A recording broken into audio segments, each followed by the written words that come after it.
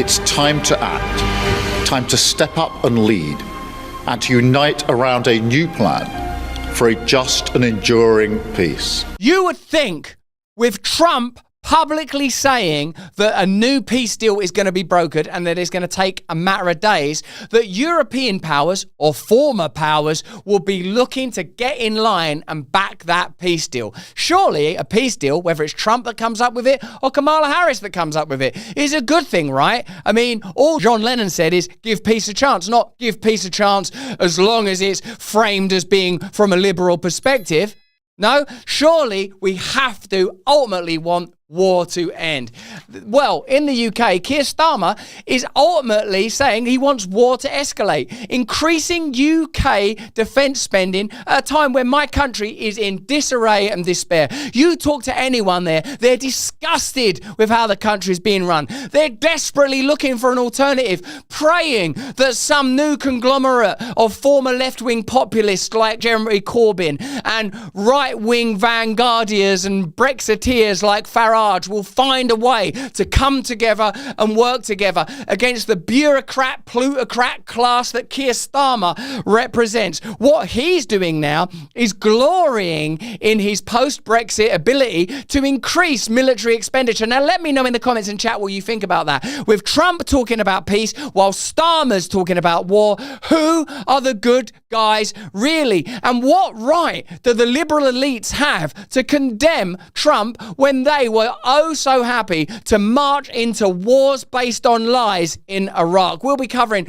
all of that. Let's have a look, first of all, at Keir Starmer saying that we have to really give war a chance. The first priority of this government, of any government, is the security and safety of the British people, to defend the national interest, particularly in these volatile times. I'd call that crap patriotism. That's crap patriotism.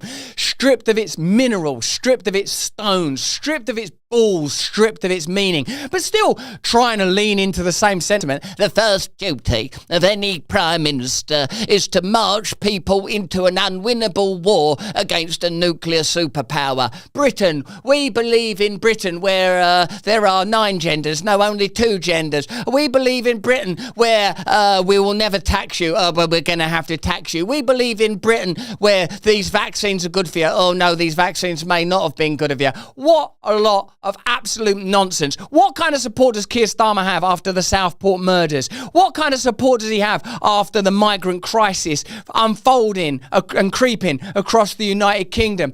What kind of moral basis does he have to make these kind of craply, jingoistic productions, trying to lean into some sentiment about Britain? If he met an actual British person, he'd condemn and hate them, because I'll tell you now, and I'll tell you true, they hate working class people. It don't matter how many tools their parents made. His dad used to be a tool maker. If you're American, you won't know that or care. That's why last week I announced the biggest sustained increase in defence spending since the Cold War. That's not good news. That's not good news. If you are a liberal, globalist leader who takes money from elite classes, that is not good news. We're going to spend more money. This is good. What you've got is a neutralised and castrated leader marching into war against Putin, who goes about on horseback near naked and could probably kill you with the tip of his dick. But I did do an AIDS test recently and all clear, all clear. That's also why I met President Trump last week. Met him. There I am. I got my folder. He's got his folder. We're just a couple of world leaders really bowling along. Have you done your AIDS test, Donald? Do you want me to do one for you? Okay. To strengthen our relationship with America, and indispensable partners in defence and security. And it's why this weekend I've been hosting European leaders here in London to work together for the security of the United Kingdom, Ukraine. It's just their own version of grandiosity and grandstand. That's why I've been with European leaders. Just because they're crap at it, it don't mean they're not trying to do it. Trump does well what they do badly. Joe Biden lost his temper with Zelensky. It was just boring when he did it. Keir Starmer is making propaganda videos telling you, you know, there's no one as good as me, no one as smart as me. Beautiful deal, it's going to be very quick. They're doing the same thing. It's just got no elan, no charm, no bombast. It just lacks the the basic traits of leadership. So they can't condemn him from a position of class or moral superiority. It's just aesthetics. And Europe as a whole. We are at a crossroads in history today. This is not a moment for more talk. Why would you include the closing of the door in that video? I'll tell you what that reference is. That's from Godfather, when Michael Corleone shuts the door on Kay, his wife, Diane Keaton, as if to suggest, oh, it's male power going on in here. This is where we do our gangster stuff. Now, in the context of the Godfather, perfectly legit. In the context of Keir Starmer, he ain't no Godfather. He ain't no Michael Corleone. This is a bureaucrat lawyer advocating for further war, potentially death of British kids and not just kids, adult professional soldiers. But nevertheless, you got to believe in that stuff. When people went to war in the late 30s and 40s, it's because they believed in fighting against Hitler and Nazism, even if some aspect of it was they were fighting for British imperial interests. They believed in ending the Holocaust and genocide as much as they knew about it at the point where Britain entered the war. They believed in protecting American interests when your country entered it after Pearl Harbor. Now, we don't have them kind of relationships with our country. Now, whatever Trump ain't doing, what he is doing is restoring that kind of connection to the land. That's one of the things actually that scares people about patriotism, is that it vivifies and libidinizes people. What Starmer is doing is trying to simultaneously de-libidinize, de-amplify British people and their sense of power and potency, while still posturing and grandstanding like he's a don. Now, they condemn someone like Andrew Tate as crass and vulgar and chauvinistic, but what does it mean when you post a video with a door being closed, or I was meeting with European leaders earlier this week, here I am marching down a corridor with Donald Trump, I'm as good as him, I show him my winky woo, he showed me his, I pulled my skin back, I got nothing to be ashamed of. Like, they can't 1 minute say this guy is vulgar, then use the tropes and takes that Trump would use. I've been meeting with leaders, this is business time, I'm shutting the door. They're just bad at it. Bang. Senolytics are the biggest discovery for promoting healthy aging. The aging process obviously isn't our friend, unless I suppose, there's eternal life. But while we're here, we want to be energetic and productive. That's why I use Qualia Senolytic, with science-backed ingredients that have helped me feel, I would say, 15 years younger in a matter of just months. Everyone accumulates senescent cells, known as zombie cells. These senescent cells are old and worn out and not fulfilling a useful function for our health, but they take up space and nutrients from our healthy cells. Qualia Senolytic removes zombie cells and allow healthy cells to thrive. Resist aging at the cellular level. Try Qualia Senolytic. Go to QUALIA-life.com/brand for up to, get this, 50% off, and use the code BRAND at the checkout for an additional 15% off. Try it now. Qualia Senolytic is also available at select GNC locations near you. Take it. Just 2 days a month. There's a link in the description. Who don't want to feel 15 years younger and get rid of them zombie cells? It's time to act, time to step up and lead, and to unite around a new plan for a just and enduring peace.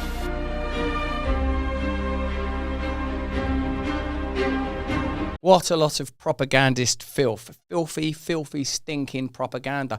This is a British journalist called Matt Kennard. He's very much of the left. He's responding here to Alistair Campbell, who was like a darling of Blair, when Blair, the leader of my country, the UK, went to war with George W. Bush, the then Republican leader of your country, for the false and erroneous Iraq War, which was a war that was about, many of us believed at the time, resources. It was one of the moments where, as a result of 9/11, many of us started to think, whose side are we on? What are we meant to believe in now? Can we trust our governments? Do our governments see their domestic populations as their primary enemy that have to be controlled, using war as a distraction, relying on our patriotism through jingoistic means in order to facilitate their own ends and advances? Well, let me know what you think about that in the comments and chat. Anyway, the brilliant journalist Matt Kennard posted This in response, I believe, to Alistair Campbell's claim that that sort of Trump was a danger to world peace and that we should all get behind Keir Starmer. Let's read it. Alistair Campbell and his boss Tony Blair increased UK weapons export licenses to Putin by 550% as he destroyed Chechnya and made Grozny the most destroyed city on earth. We are not going to apologise for developing a good relationship with an important world leader, Campbell said after inviting Putin to London in the year 2000. Interesting. We're not going to apologise for developing a good relationship with an important world leader. Now, think of how Trump is treated for his relationship with Putin. Remember, it's very difficult to have an objective assessment of reality when you have such corrupt media, such unreliable and deceptive media. How did they report on this at the time? Were they saying, Putin's a monster, he's destroying Chechnya? Were they saying that or were they not? Were they saying, oh, Blair, mate, Britpop, isn't it lovely? Blur the Oasis. The media are vacuous vessels that cannot be relied upon now like they couldn't be relied upon then. You can only trust someone if they seem to have an absolute moral perspective that they maintain even when it's costly for them. For example, if during the pandemic people are like, whoa, I don't trust these motherfuckers, then you can probably rely on them some. The following year, Russian investigative journalist Anna Politiventskaya was in London and went to an event in London, in the London Press Club, which Blair and Campbell attended. Politiventskaya, who was publishing groundbreaking work on Russian atrocities in Chechnya, used the opportunity to question Blair as he sat at his table with Campbell.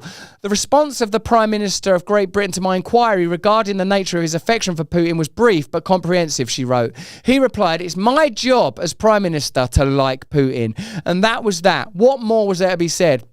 Politiventskaya was later murdered in a contract-style killing in 2006. Putin is believed to have ordered the hit. The wooing of Putin was about securing business for BP, or Blair Petroleum, as it was then known. So, the business of politics has always been business. Trump is overt about it. Starmer is insidious about it. Zelensky don't know which strings to respond to because it's confusing for a puppet when the hands that pull the strings change. Minute ago, it was globalism in the form of Biden. Now it's a kind of nativism, America first, in the form of Trump. That dude don't know which way's up. But any moral claim to condemn Trump is ridiculous and dubious because it ain't undergirded by any real spiritual principles. It's undergirded by expedience. Globalist profiteers want control of Ukraine and the sets of interests that accrue around it. Your BlackRocks, your IMFs, your World Banks, them that will make loans as long as you spend money now and spend money here, those guys want their dudes in charge. It's as simple as that. Trump is, as always, creating havoc on behalf of the American people that elected him. That's what seems to be happening. But that's just what I think. Why don't you let me know what you think in the comments and chat. If you're watching this on X or YouTube or anywhere other than Rumble, click the link in the description now and join us over on Rumble. There's so much more to discuss. Where's them Epstein lists? I want to know who the clients were. Many are saying Bill Gates, client. Many are saying Bill Clinton, client. Let me know in the comments and chat who you think's going to be on those lists. Who are those people that were going to those parties and why can't we get the proper reporting on it? What is the power behind Epstein? What is the power that means that legacy media aren't asking the right questions? Join us over on Rumble Premium right now. We'll be covering that as well as Musk's appearance on Joe Rogan. Hey, thanks for watching. If you want to see more uncensored content where free speech can flourish, join our live stream. Click the link right here to watch the next video if you want to, or become a member of a growing movement. Download the Rumble app and you'll be informed every time we make a new piece of content. Stay free.